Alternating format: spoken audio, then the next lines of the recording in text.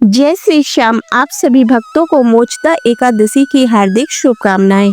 महाराज युधिष्ठिर ने कहा, हे भगवान, आप तीनों लोकों के स्वामी, सबको सुख देने वाले और जगत के पति हैं।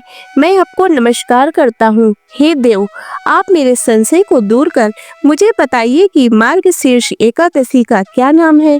उस दिन कौन से देवता का पूजन किया जाता है, कृपया मुझे बताएं। भक्तवत्सल भगवान श्री कृष्ण कहने लगे कि हे धर्मराज, तुमने बड़ा ही उत्तम प्रश्न किया है।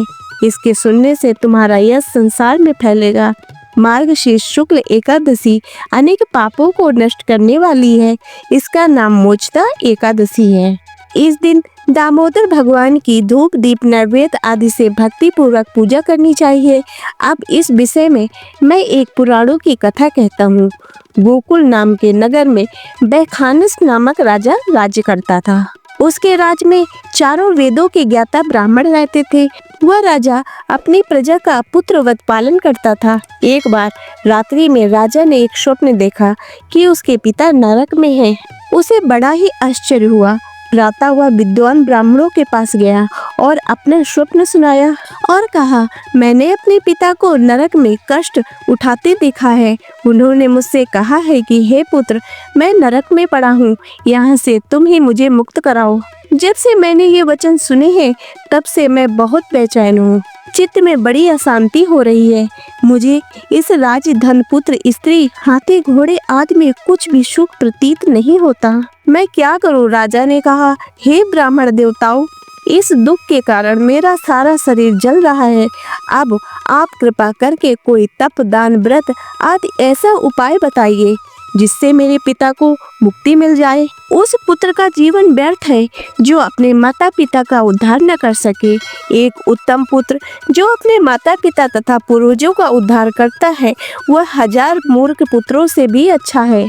जैसे एक चंद्रमा सारे जगत में प्रकाश कर देता है, परंतु हजारों तारे नहीं कर सकते। ब्राह्मणों ने कहा, हे राजन, यहाँ पास ही भूत भविष्य वर्तमान के ज्ञाता पर्वत ऋषि का आश्रम है। आपकी समस्या का हल वे जरूर करेंगे। ऐसा सुनकर राजा मुनि के आश्रम पर गया। उस आश्रम में अनेक शांत चित्त योगी और मुनि तपस्या कर रहे थे। उसी जगह पर्वत मुनि बैठे थे। राजा ने मुनि को दंडवत किया। मुनि ने राजा से कुशल पूछी। राजा ने कहा कि महाराज, आपकी कृपा से मेरे राज्य में सब कुशल है, लेकिन अकस्मात मेरे चित्त में अत्यंत अशांति होने लगी है। ऐसा सुनकर पर्वत मुनि ने आंखें बंद की और विचारने लगे। फिर बोले, हे राजन, आपके पिता ने अपने पिछले जन्म में एक पाप किया था। उसी पाप कर्म के कारण तुम्हारे पिता को नरक में जाना पड़ा है। तब राजा ने कहा, इसका कोई उपाय बताइए।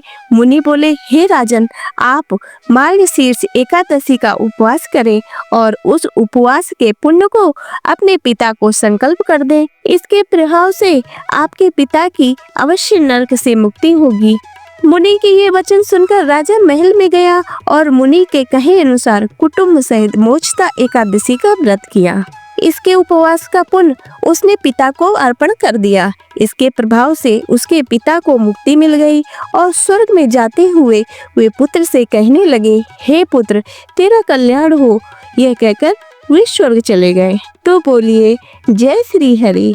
तो दोस्तों, आशा करती हूँ कि आपको ये व्रत कथा पसंद आई होगी।